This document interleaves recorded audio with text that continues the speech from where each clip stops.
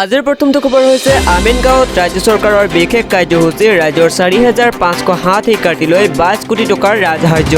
আমিনগাঁৱত ৰাজ্যৰ মুখ্যমন্ত্ৰী সৰ্বানন্দ সোণোৱাল, বিত্ত স্বাস্থ্যমন্ত্ৰী হিমন্ত বিশ্ব শৰ্মাই প্ৰদান কৰিলে ৪৫০৭ শিক্ষাৰ্থীলৈ ৰাজসাহায্য। ২২ কোটি টকা ব্যয় সাপেক্ষে প্ৰদান কৰিলে শিক্ষা ঋণ সাহায্য আৰু ৰাজসাহায্য ঋণ পৰিশোধৰ বাবে আবেদন কৰা সকলো হিতাধিকাৰীক দেওবাৰে বিয়লি ৪ বজাৰ পূৰ্বে লাভ কৰিবলগীয়া ধন একাউণ্টত সোমাব বুলি আশ্বাস দিয়ে মন্ত্ৰী হিমন্ত বিশ্ব শৰ্মাই। আৰু ইয়াৰ পূৰ্বে ৭ কোটি টকা ব্যয় সাপেক্ষে ১৫০০ শিক্ষাৰ্থীক প্ৰদান কৰিছিল সাহায্য। আৰু উল্লেখযোগ্য যে এগৰাকী প্ৰাৰ্থীয়ে সৰ্বাধিক সাহায্য সৰ্বাধিক ৫০ টকাকৈ লাভ কৰিব।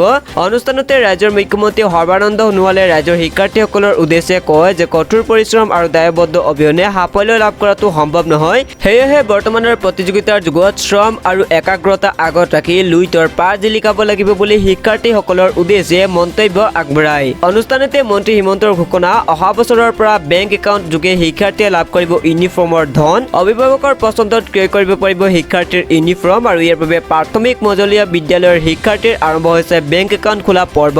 তেতিয়া বিদ্যালয়ে দূৰ হ'ব ইউনিফৰ্ম ক্ৰয়ত হোৱা দুৰ্নীতি। আৰু অনুষ্ঠানতে স্নাতকোত্তৰ শিক্ষাৰ্থীৰ পাঠ্যক্ৰম ক্ৰয় কৰিবলগীয়া বেংক একাউণ্টত ২০০০ টকা লগতে ছাত্ৰবাসত থকা শিক্ষাৰ্থীক চলিত বছৰৰ পৰা ১০০০ টকাকৈ প্ৰদান কৰাৰ কথা ঘোষণা কৰে মন্ত্ৰী হিমন্ত বিশ্ব শৰ্মাই।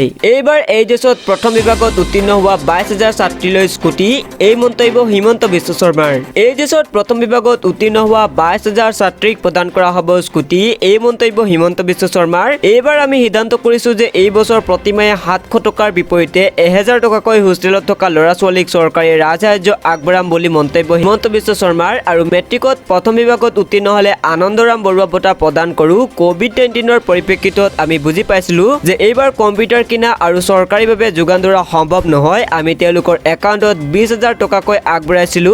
আৰু আজি মেট্ৰিকৰ ৰিজাল্ট দিয়াৰ এমাহ আঢ়ৈ মাহৰ পাছত কম্পিউটাৰ দিয়াৰ ব্যৱস্থা আৰম্ভ কৰিছিলো। এই বছৰৰ ডিচেম্বৰ মাহত অসমত যিমান হায়াৰ ছেকেণ্ডেৰী পৰীক্ষাত প্ৰথম বিভাগত উত্তীৰ্ণ হোৱা ছাত্ৰী আছে, অৰ্থাৎ ২২,০০০ ছাত্ৰীক ডিচেম্বৰ মাহৰ প্ৰথম সপ্তাহৰ ভিতৰত আমি একোখন স্কুটি যোগান ধৰাৰ ব্যৱস্থা গ্ৰহণ কৰিছো বুলি মন্তব্য কৰে হিমন্ত বিশ্ব শৰ্মাই। আপুনি ফ্ৰিজন ট্ৰেভেলছ প্ৰাইভেট লিমিটেডৰ নাম শুনিছে নেকি? যদি শুনিছে তেন্তে আঁতৰত থাকিব।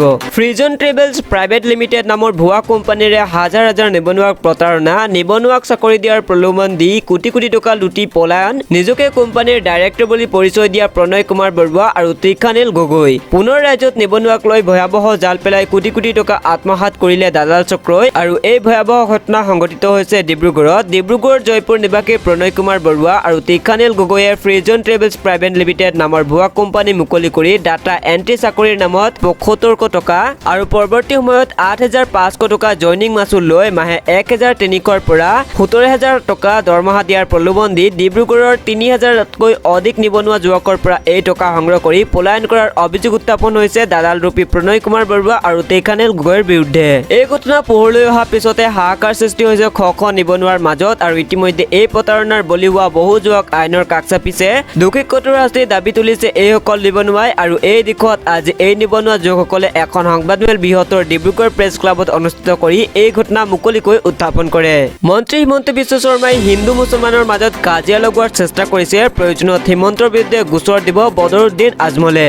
শিলচৰ বিমানবন্দৰত বদৰুদ্দিন আজমলৰ সমৰ্থকে পাকিস্তান জিন্দাবাদ ধ্বনি দিয়াৰ অভিযোগ। আৰু মন্ত্ৰী হিমন্ত বিশ্ব শৰ্মাই ভিডিঅ' নিজৰ ছ'চিয়েল মিডিয়া ছাইটত আপলোড কৰি পাকিস্তান জিন্দাবাদ ধ্বনি দিয়াৰ সকলৰ মৌলবাদী দেশদ্ৰোহী আখ্যা দিলে। আনহাতে ঘটনাত সাঙুৰিলে কংগ্ৰেছ দলকো। লগে লগে AIUDFৰ ফালৰ পৰা বিষয়টোৰ সন্দৰ্ভত স্পষ্টীকৰণ দি আজিজ খান জিন্দাবাদ ধ্বনি দিয়া বুলিহে মন্তব্য কৰে। পিছত বদৰুদ্দিন আজমলে বিষয়টোৰ সন্দৰ্ভত প্ৰতিক্ৰিয়া প্ৰকাশ কৰি ঘটনাত মন্ত্ৰী হিমন্ত বিশ্ব শৰ্মা জড়িত থকাৰ অভিযোগ আনে। আৰু বদৰুদ্দিন আজমলে কয় যে শিলচৰ বিমানবন্দৰত AIUDF সমৰ্থকে পাকিস্তান জিন্দাবাদ ধ্বনি দিয়া নাই বুলি ভুৱা প্ৰচাৰ চলোৱা মন্ত্ৰী হিমন্ত বিশ্ব শৰ্মাই ৰাজহুৱাকৈ ক্ষমা বিচাৰিব লাগে। আৰু বদৰুদ্দিন আজমলে লগতে কয় যে এগৰাকী মন্ত্ৰীয়ে নিজৰ চেনেলৰ যোগেদি আৰু ফেচবুক আৰু টুইট কৰি এনে অপপ্ৰচাৰ চলাই জুই লগাই দিলে। এয়া ফেক নিউজ বুলি জানিব পাৰি বাকী সকলো সংবাদ মাধ্যমে প্ৰচাৰ বন্ধ কৰি দিলে। আৰু গতিকে বাকী সংবাদ মাধ্যমক ধন্যবাদ জনাইছো। নিৰ্যাতনৰ প্ৰতি লক্ষ্য ৰাখি মন্ত্ৰী হিমন্ত বিশ্ব শৰ্মাই হিন্দু মুছলমানৰ মাজত কাজিয়া লগাবলৈ চেষ্টা কৰিছে।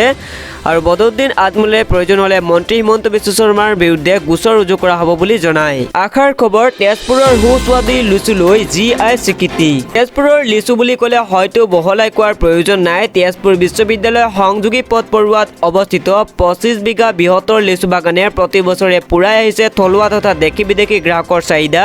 এইবাৰ তেজপুৰৰ লিচুৱে লাভ কৰিলে GI স্বীকৃতি। উন্নত জাতৰ সৰ্বাধিক মঙহযুক্ত সুস্বাদু হোৱা বাবেই তেজপুৰৰ লিচুৰ চাহিদা সুকীয়া আৰু তেজপুৰ পৰুৱাৰ লিচু বাগানত উন্নত 6 জাতৰ লিচু আছে। বোম্বেয়া, বিলাতী, ইলাহী, পিয়াজী, ৰঙীয়া আৰু হালধীয়া এই 6 জাতৰ ভিতৰত বোম্বাইৰ মূল্য সৰ্বাধিক। যোৱা বছৰ নিপা ভাইৰাছৰ প্ৰভাৱ থকাৰ পিছতো একোটা বোম্বেয়া জাতৰ লিচু বিক্ৰী হৈছিল 35 টকাত, কিন্তু এই লিচু এবাৰ কৰোনা লকডাউনত বিক্ৰী হয় 15 টকাত। ঠিক এইদৰে বিলাতী জাতৰ লিচু বিক্ৰী হয় 12 টকাত। ঠিক এইদৰে ইলাচি আৰু পিয়াজী উৎপাদনৰ বিৰুদ্ধে চাহিদা বেছি হোৱাত ইয়াৰ মূল্য বেছি। 6 উন্নত জাতৰ ভিতৰত সৰ্বাধিক চাহিদা থকা 4 উন্নত জাতৰ লিচু এইবেলি ক্ৰয় কৰে বলিউডৰ মেগাষ্টাৰ বিগ বি অমিতাভ বচ্চনে।